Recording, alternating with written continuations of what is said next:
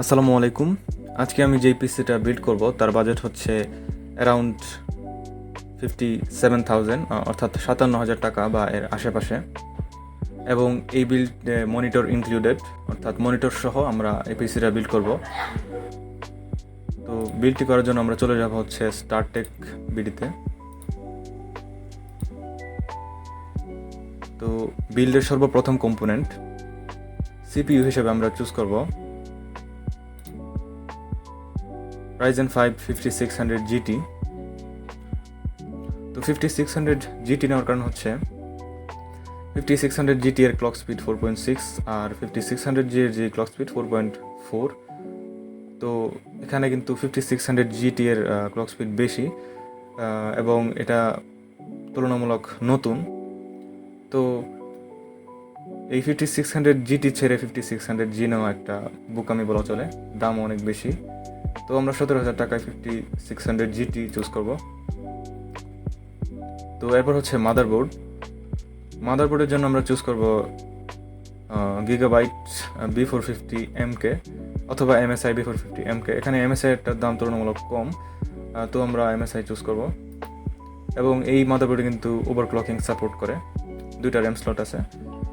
তো আমরা এটা চুজ করলাম, 7,700 টাকা দাম।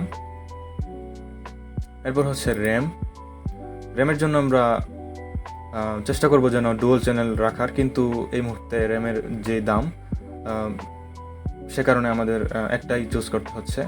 তো এখানে নেটেকের 8GB 3200 MHz র্যামের দাম হচ্ছে 6,700 টাকা। তো আমরা এটা চুজ করব। স্টোরেজ এর জন্য আমরা অ্যাটলিস্ট 256GB একটা NVMe নেব। তো এখানে নেটেকের যে 256GB SSD এটার দাম হচ্ছে 5,900 বা প্রায় 6,000 টাকা। তো আমরা এটা চুজ করব। এর ওয়ারেন্টি মনে হয় কত বছর, 3 বছর ওয়ারেন্টি। তো এটা চুজ করার পর আমরা চুজ করবো হচ্ছে পাওয়ার সাপ্লাই। তো পাওয়ার সাপ্লাই চুজ করার ক্ষেত্রে আমরা সবসময় চেষ্টা করবো যেন 80+ ব্রোঞ্জ এবং একটি ভালো ব্র্যান্ডের পাওয়ার সাপ্লাই নেওয়ার, এবং চেষ্টা করবো যেন একটি 550 কিংবা 650 ওয়াটের পাওয়ার সাপ্লাই নেওয়ার, যেন ভবিষ্যতে একটা গ্রাফিক্স কার্ড লাগালে কোনো প্রবলেম ফেস না করতে হয়। তো আমরা এখানে ভালো ব্র্যান্ডের একটি পাওয়ার সাপ্লাই নেব, যেমন MSI এর যে 650 ওয়াটের 80+ ব্রোঞ্জ, আমরা সেটা চুজ করবো। দাম হচ্ছে 6,200। তো এরপর হচ্ছে কেসিং। তো কেসিং নেওয়ার ক্ষেত্রে আমরা অ্যাজ ইউজুয়াল একটি 8GB ফ্ল্যাশি একটা কেসিং নেব। তো আমার কাছে পার্সোনালি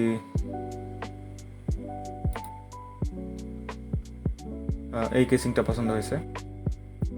তো এর দাম হচ্ছে 3,000 টাকা। তো আমরা এটা চুজ করলাম।